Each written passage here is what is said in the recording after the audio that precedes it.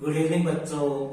देखो बच्चों, आज की अपनी जो क्लास है, इस क्लास में अपने चर्चा करेंगे 2012 से लेकर अपने 2023 तक जितनी भी बोर्ड की परीक्षा हो चुकी है, उन परीक्षाओं में ऐसे कौन कौन से क्वेश्चन है जो 2 या 2 से अधिक बार अपने बोर्ड एग्जाम में आ चुके हैं। ऐसे क्वेश्चनों की अपने चर्चा यहाँ पर करेंगे। देखो, इस प्रकार की एक क्लास जो है वो मैं अपलोड कर चुका हूं या अपने उसका वीडियो डाल चुके हैं। आज अपने इस प्रकार की दूसरी क्लास आपके सामने है और टोटल जो क्वेश्चन है उनकी संख्या रखी है 10।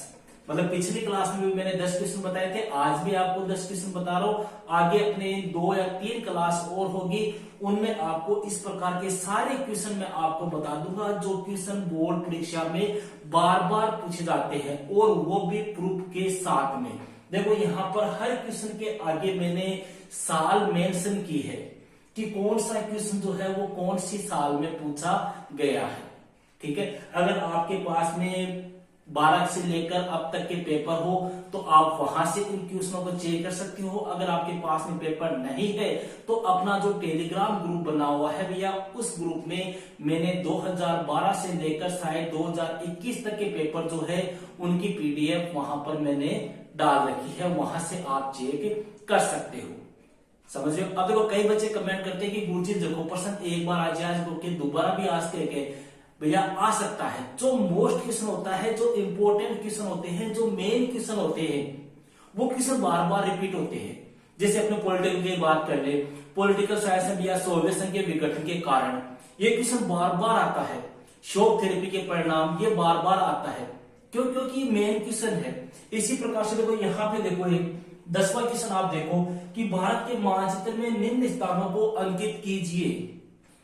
यहाँ पे 4 स्थल है, दिल्ली, कलकत्ता, मद्रास और बंबई। ठीक है, एक जैसी जगह है, आपको सबको पता है।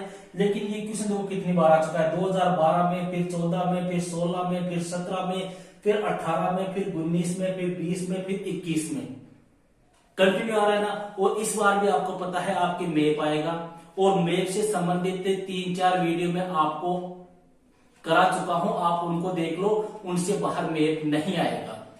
क्लियर है? अब देखो भैया, इन क्वेश्चनों का मैं आपको सॉल्यूशन कराने जा रहा हूं, लेकिन सॉल्यूशन कराने से पहले एक छोटी सी चर्चा आपके साथ में कर रहा हूं। एक कमेंट जो बच्चों का आ रहा है, कमेंट आ रहा है कि सर हमें एक एक अंक वाले क्वेश्चन बताओ। देखो, उन बच्चों की बात करो जो अभी अपने चैनल से जुड़े हैं। कई बच्चे कह रहे हैं सर आप पूरी बुक के क्वेश्चन बता दो। तो भैया, मैं आपको हिस्ट्री और पॉलिटिकल साइंस इन दोनों सब्जेक्ट के सभी क्वेश्चन में आपको बता चुका हूं। जो बच्चे नए हैं वो अपने चैनल की प्लेलिस्ट में जाके देख लो। 2024 के अंदर जो मैंने क्वेश्चन बताए हैं, उन क्वेश्चनों को आप हिस्ट्री और पॉलिटिकल साइंस के लिए तैयार कर लो। सारे क्वेश्चन मैंने ब्लूप्रिंट के अकॉर्डिंग बताए हैं, उनसे बाहर आपको अन्य पढ़ने की आवश्यकता मेरे ख्याल से नहीं है। ठीक है, अब स्टार्ट करते हैं भैया। देखो, पहला क्वेश्चन है, विजयनगर साम्राज्य में स्थित महानवमी डिब्बा की प्रमुख विशेषताएं बताइए। देखो, यहाँ पर मैं मोटा मोटा आपको बताऊंगा क्योंकि ये सब कुछ मेरा पढ़ाया हुआ है, कराया हुआ है। तो महानवमी डिब्बा क्या था भैया? देखो, ये अपने विजयनगर साम्राज्य में स्थित एक अनुष्ठानिक केंद्र था। अनुष्ठानिक केंद्र का मतलब जहां पे धार्मिक कार्यक्रम होते थे। इसका आकार अपने 11,000 फीट के आसपास था, इसकी ऊंचाई 40 फीट के आसपास थी।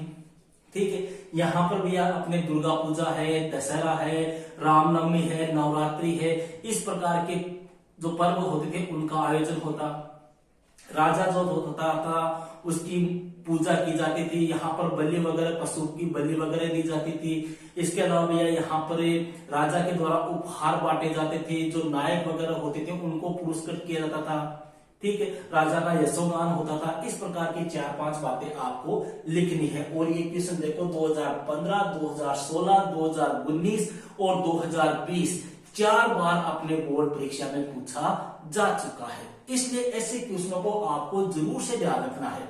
अब यहाँ पर मैंने 10 क्वेश्चन बताए ना, आपको करना क्या है, बस आपको इतना ध्यान रखना है कि इनमें से ऐसा कोई क्वेश्चन तो नहीं है ना जो मेरे को नहीं आ रहा है, बस ये आप क्लियर कर लेना।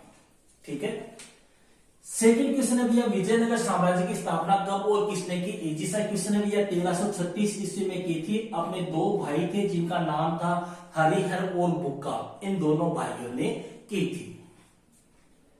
तीसरा क्वेश्चन देखो यहाँ पर सबकी साल मेंशन की हुई है, आप देख सकते हो। विजयनगर साम्राज्य का सबसे शक्तिशाली शासक कौन था भैया? सबसे शक्तिशाली जो शासक था उसका नाम था कृष्णदेवराय। और यह जो था वो कौन से वंश से संबंधित था? तुलु वंश से संबंधित था। 2017 और 2020 की बोर्ड परीक्षा में यह क्वेश्चन अपने पूछा जा चुका है।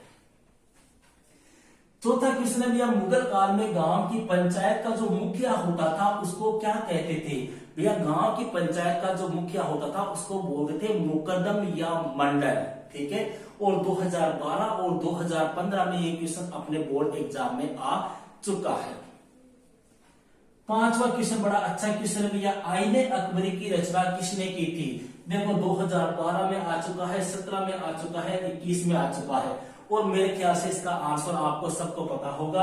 आईने अकबरी की रचना की थी भैया अकबर का एक दरबारी था जिसका नाम था अबुल फजल। और इस आईने अकबरी में कितने भाग है?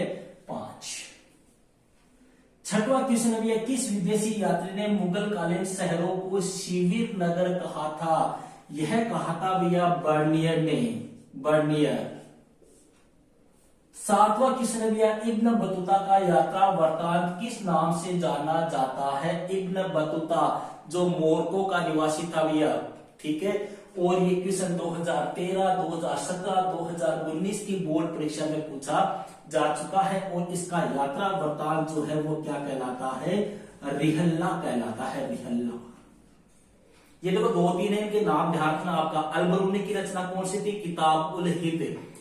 इब्न बतूता की कौन सी है? रिहल्ला। बर्नियर की कौन सी थी? ट्रेवर्स इन मुगल एम्पायर। इनको थोड़ा सा आपको ध्यान रखना है, बाकी घबराने की आवश्यकता नहीं है। मैं वापस कह रहा हूं, जिन बच्चों ने जो क्वेश्चन इस बार मैंने 2024 की बोर्ड एग्जाम के लिए बताए हैं, जिन बच्चों ने अगर वो क्वेश्चन अच्छी तरह से तैयार कर लिए हैं, समझ लो मतलब लास्ट 15 से 20 वीडियो है, ठीक है। अगर उन क्वेश्चनों को जिस बच्चे ने अच्छी तरह से तैयार कर लिए है उसकी एक अच्छी स्कोरिंग होने से कोई रोकने वाला नहीं है। पिछले 3-4 साल से मैं पढ़ा रहा हूं, कई बच्चे मेरे पुराने स्टूडेंट हैं वो जुड़े हुए, उनको पता है कि पिछले 3-4 सालों से जो क्वेश्चन मैं अपलोड करता हूं उन्हीं में से लगभग 95, 97, 98% आपका पेपर आ जाता है। इस प्रकार की तैयारी अपने यहां पे करवाई जाती है। 8वां क्वेश्चन भैया, उल्लुक एवं दावा में अंतर स्पष्ट कीजिए। देखो उल्लुक क्या था? उल्लुक था भैया अश्व आधारित जो दावा व्यवस्था होती उसको उल्लुक बोलते थे, और जो पैदल दावा व्यवस्था होती थी उसको दावा कहा जाता था, ठीक है। दामिन एक कोह, ये भी बड़ा अच्छा क्वेश्चन है। 2013 और 2014 में कंटिन्यू ये क्वेश्चन आया था। दामिन एक कोह क्या है? देखो भैया, अपने एक जनजाति थी, इसका नाम था संथाल। इन संथालों को भैया 1832 ईस्वी में ब्रिटिश सरकार ने अपना जीवन यापन करने के लिए, रहने के लिए एक भूमि दी थी, एक क्षेत्र दिया था। उसी को क्या कहा गया था? दामिन ए कोह है, ठीक है। 10वां क्वेश्चन, इसको आपको बताने की आवश्यकता नहीं है क्योंकि मैप में आपको करा चुका हूं। 4 नंबर का मैप आएगा, 5 नंबर का मैप आएगा भैया आपके, ठीक है। 4 स्तर ये बहुत मेन है, इनको आप अच्छी तरह से एक बार वापस देख लेना। दिल्ली कहां पे है, कलकत्ता कहां है, मद्रास या चेन्नई वर्तमान में तमिलनाडु में है, बंबई अपने हो गया महाराष्ट्र में, ठीक है। तो ये 4 स्थल आपको जरूर से ध्यान रखने हैं क्योंकि ये क्वेश्चन देख लो कम से कम 8 से 9 बार बोर्ड एग्जाम में पूछा जा चुका है।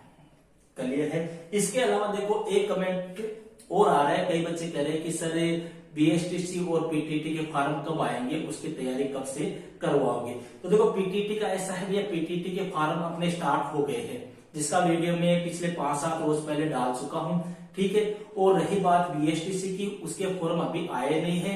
और तैयारी जो है, तैयारी अपने जैसे ही ये बोर्ड एग्जाम कंप्लीट हो जाएगी, मैं भी फ्री हो जाऊंगा। बोर्ड एग्जाम कंप्लीट होने के बाद में अपने बीएसटीसी और पीटीटी के वीडियो भी आपको उपलब्ध करा दिए जाएंगे। तब तक आप जो लास्ट ईयर मैंने जो पढ़ाए थे जीके वाले वीडियो वो आप देख सकते हो। ओके, तो मिलते हैं नेक्स्ट वीडियो।